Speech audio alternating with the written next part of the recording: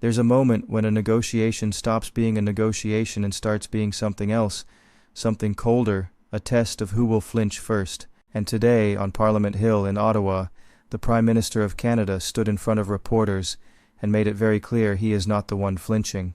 69 days, that is what is left on the clock before July the 1st, the date when Canada, the United States, and Mexico must decide what happens to the Continental Trade Pact that runs their entire economic relationship, the Canada-United States-Mexico Agreement. Renew it for another 16 years. Let it slide into annual reviews that leave every border-dependent business living quarter to quarter, or walk away entirely. 3 choices, 1 deadline, and right now the world's largest economy will not even sit down at the table, not unless Canada pays first. That is the word 4 separate sources used when they spoke to major Canadian news organizations this week. Entry fee, not a negotiating position, not an opening offer, a precondition, something Canada has to hand over before a single negotiator pulls out a chair, before a single issue gets discussed, before the actual talks even begin. And what does Washington want in the envelope before the door opens? 3 things. A structural overhaul of how Canada manages its dairy tariff rate quotas, the end of provincial bans on American alcohol, the bottles that have been missing from liquor store shelves in Ontario and Quebec since March of last year, and changes to Canada's digital sovereignty rules, the framework that brought Netflix, Spotify, and YouTube under Canadian broadcasting oversight. 3 demands, all up front, all before the United States will formally engage. Now here is what makes this whole thing so strange, because it feels completely backwards. Canada has already paid twice, and the United States has taken the payment both times and asked for more. Last spring, Ottawa quietly rolled back a significant chunk of its retaliatory counter-tariffs on American steel and aluminum. That was concession number 1. Then at the end of June, Canada scrapped its digital services tax entirely. That was a 3% levy on the Canadian revenues of companies like Amazon, Apple, and Meta. The finance minister said at the time that repealing it would significantly advance a new economic and security partnership with the United States. That was 9 months ago. 9 months.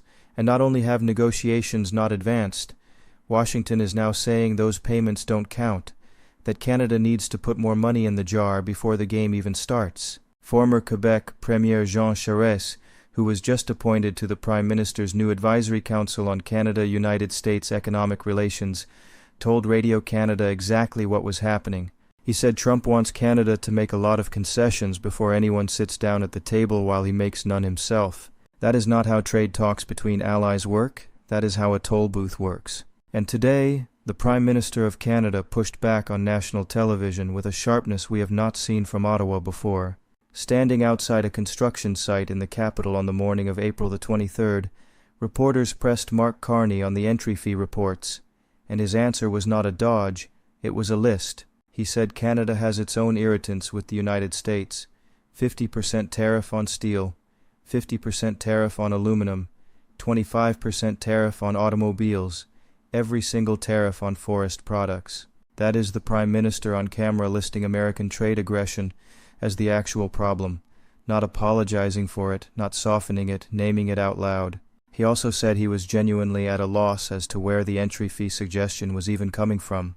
He reminded the country that Canada has multiple levels of contact with Washington across different files, and then he said the line that is going to define this entire negotiation: it is not a case of the United States dictating the terms. We have a negotiation. We can come to a mutually successful outcome. It will take some time, and we will take some time. Listen to those last 5 words. We will take some time. That is not weakness. That is not drift. That is a Prime Minister with a 4-year majority government telling Washington that Canada is prepared to run out the clock. Political commentators picked up on the shift immediately. One veteran analyst said something has genuinely changed in the Canadian posture over the past 48 hours. There is more transparency now, more willingness to name red lines, more openness about whether Canada even needs to rush to the table, or whether it might be better to wait and negotiate from a stronger position. The same analyst said he could hear irritation in the Prime Minister's voice, and he described the dynamic in a line that captures it perfectly. He said it is as if the Americans are telling Canada, "We punched you in the face, and now we are going to be upset that you are trying to raise your hands." That is the exact moment we are in. You are watching this story unfold in real time, 69 days until the agreement review, 69 days of pressure on your grocery bill, your job, your pension, your mortgage. If you want to stay informed, the kind of detail other outlets miss, hit that subscribe button right now. Turn on the bell because this is only going to get sharper. Now, let's keep going because the Prime Minister was not the only Canadian leader drawing a line in the sand today. Ontario Premier Doug Ford went on a major American news network this morning. The host played him a clip of Howard Lutnick, the United States Commerce Secretary, calling Ontario's alcohol boycott outrageous, insulting, and disrespectful to America, and Ford did not blink. He said what is actually disrespectful is that Canada never started this trade war in the first place, that it was Lutnick and Trump who attacked what he called the joint economies of both countries, and he made clear that Ontario will not put a single American bottle back on a liquor store shelf until every new tariff on Canadian goods has been lifted, not some of them, all of them. Ford and the Prime Minister are now speaking with one voice, federal and provincial, liberal and progressive conservative, same message. Canada gave, Canada got nothing, Canada will not give again without something real in return. And here is where the story gets really interesting because while the Prime Minister was in Ottawa and the Premier was on American television, Howard Lutnick was walking into a room in Washington that Canada could not have designed any better if it had written the script itself. Yesterday, Lutnick appeared before a Senate Appropriations Subcommittee. Today, he was back on Capitol Hill, this time in front of a House Appropriations Subcommittee defending his department's fiscal year 2027 budget. A budget, by the way, that cuts his own department's spending by more than 12% and zeros out both the Economic Development Administration and the Manufacturing Extension Partnership. That is the same Manufacturing Extension Partnership that helps small and mid-sized American manufacturers stay competitive. Gone, cut in the middle of a trade war Lutnick himself started, and that was before the questions began. Democratic Congressman Joseph Morell of Rochester, New York, took his turn at the microphone and pressed Lutnick on the tariffs directly. Morell told the Commerce Secretary about a manufacturer in his district, a company with operations in Rochester and in Berlin, Germany. The company had looked at the tariffs on Canadian imports, looked at the math, and told Morell it is now less expensive and more profitable to expand their manufacturing line in Germany than to do it in the United States. Stop and think about what that means. An American congressman in an American hearing confronting the administration's own Commerce Secretary, with the testimony of an American company saying that the tariff policy meant to bring jobs home to America, is instead sending those jobs to Germany, not to Ohio, not to Michigan, not to Pennsylvania, to Berlin. That is exactly what Canada has been saying for more than a year. Tariffs on integrated North American supply chains do not reshore American manufacturing. They raise input costs, disrupt production schedules, and push new investment toward countries that are not tangled up in this tariff regime. The whole theory of the case falls apart the second an actual business does the numbers. Lutnick defended his position. He pointed to Section 232 of the United States Trade Expansion Act of 1962, the authority the administration has used to slap tariffs on Canadian steel, aluminum, automobiles, and even kitchen cabinetry. He said his department is investigating even more sectors to protect, reshore, and revive American manufacturing. He said the goal is to restore American excellence in critical industries, but he could not answer the Berlin question because there is no good answer, and Morell was not the only one who went after him. New Hampshire Senator Jeanne Shaheen had already cornered Lutnick the day before over a comment he made last week about Canada's economic strategy. Lutnick had publicly said of his country's closest ally and largest single trading partner that they suck. Those were his words. Shaheen asked him how exactly insulting our closest ally helps the small businesses in her state, where cross-border tourism dropped about 30% last year, where Canadian visitors used to be the backbone of communities right along the border, and where tourism is the second-largest industry supporting 70,000 jobs. Lutnick's response was to call Ontario's alcohol boycott outrageous and disrespectful, which is exactly what prompted the Premier to go on American television today and push back. Do you see the pattern forming? This is a trade war being fought on multiple fronts at once. Canada is not only refusing to pay the entry fee, Canada is now watching as American senators and American congressmen in American committee rooms tell the administration's own Commerce Secretary that his policy is driving American jobs to Europe and collapsing tourism in American states. Canada did not have to make that argument.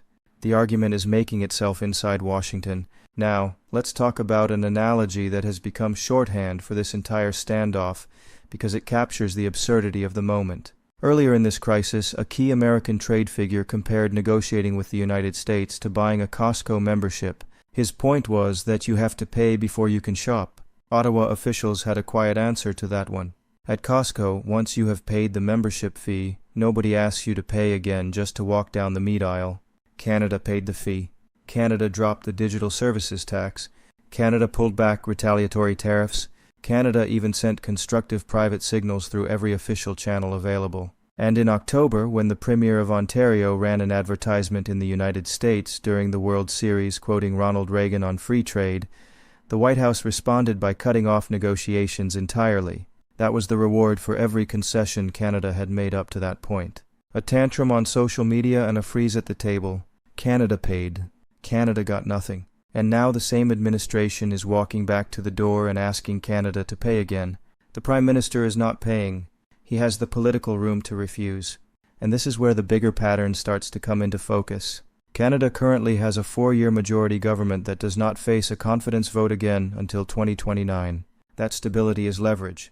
It means the Prime Minister can be patient in ways a minority government simply could not. The United States, by contrast, faces midterm elections in November of 2026. Every Republican congressman in a district with a steel mill, an auto plant, a lumber operation, a dairy farm, or a tourism industry that depends on Canadian visitors is watching these tariffs hit their voters right now, and they know exactly how badly it is going to land with those same voters at the ballot box. Canada's strategy, confirmed by multiple sources in Ottawa, is to let that political pressure inside the United States do the work, to let American businesses lobby American senators, to let American tourism losses become American campaign problems, to let the calendar turn toward November and squeeze Washington into a deal that is actually reciprocal. That is why the Prime Minister keeps saying talks will take some time. It is not stalling. It is calendar mathematics, and Canada is not sitting still while it waits either. The expanded Trans Mountain pipeline is running at over 90% capacity, with roughly 60% of its oil heading to Asia instead of the United States. Alberta is now looking at 3 possible British Columbia routes for a new 1 million barrel a day oil pipeline to the Pacific, specifically to reduce exposure to the American market. Trade diversification with the European Union, with the comprehensive and progressive Trans-Pacific Partnership, and even with China, is accelerating. The trade minister led a major trade mission to Mexico last month. A Mexican delegation is heading to Canada in May. Every single month that Canada reduces its dependence on one buyer is a month that the entry fee becomes cheaper to simply refuse. And think about what that really means, because Washington is operating on the assumption that Canada cannot walk away, that Canada is too dependent, that Canada has no choice. That assumption is quietly getting weaker by the week. At the same time, the United States Trade Representative Jameson Greer has been telling anyone who will listen that Canada is, in his words, doubling down on globalization while Washington is trying to correct for the problems of globalization. He has accused Canada of being behind Mexico in trade talks. He has even floated the idea of abandoning the Continental Agreement entirely and replacing it with 2 separate bilateral deals, one with Canada and one with Mexico, which is exactly why Ottawa is pushing so hard for a trilateral framework. Canada is watching Washington try to split the North American partners and negotiate with each one separately, because a country on its own is easier to pressure than 2 countries that stay aligned. Canada's chief negotiator Janice Charette has already said something very important about the July 1st deadline. She called it a checkpoint, not a cliff, meaning if the 3 countries cannot reach a full renewal by July 1st, the agreement does not simply fall off the edge. It moves into annual review mode. The deal technically stays alive. It just stays uncertain, and uncertainty is something the current Canadian government can absorb for longer than the American administration can, because the Canadian government does not have midterms in 7 months. Now let's talk about the numbers behind all of this, because they matter. The over-quota tariff rates on American cheese entering Canada can reach 245%. On butter they can reach 298%.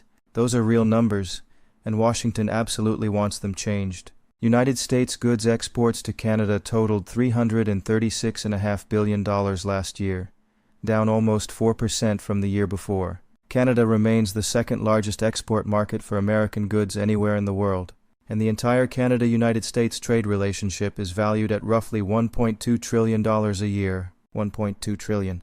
That is what is hanging in the balance over dairy quotas, alcohol shelves, and streaming rules. This is not just about one trade deal between two neighbors. What is happening here is part of a much bigger pattern. A pattern where the White House issues extreme demands at the start of every negotiation.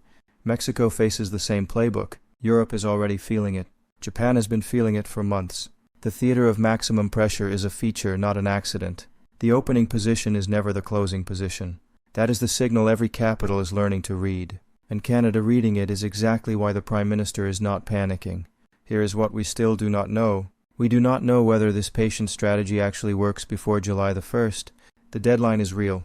If no one signals renewal, the agreement shifts into annual reviews that keep every cross-border business in limbo. We do not know precisely what Canada's red lines are. The Prime Minister has been deliberately vague, and that vagueness is strategy, but it also means nobody outside Ottawa can tell you exactly what a final deal would look like. And we do not know how much internal Republican pressure can actually move the White House.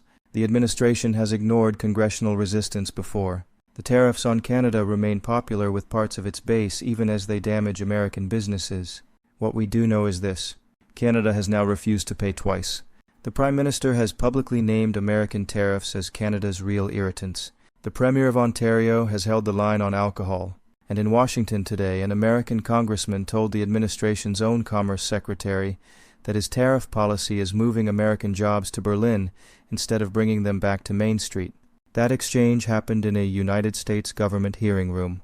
That will not disappear. That is on the record. 69 days. The clock is running. Canada is not blinking. And Washington is making the case against its own policy without any help from Ottawa at all. If this update helped you understand what is actually happening in the Canada-United States trade war, subscribe to the channel. Hit the bell so you do not miss a single update between now and July the 1st. Share this with someone who deserves the real story and not the noise. So here's what I want to know from you. Do you think the Prime Minister made the right call by refusing to pay the entry fee a third time, or should Canada have given Washington a quick win to get the talks started? And more importantly, if tariffs can genuinely drive American manufacturing jobs out of New York and into Germany, does that change how we should read every single thing the White House says about protecting American workers?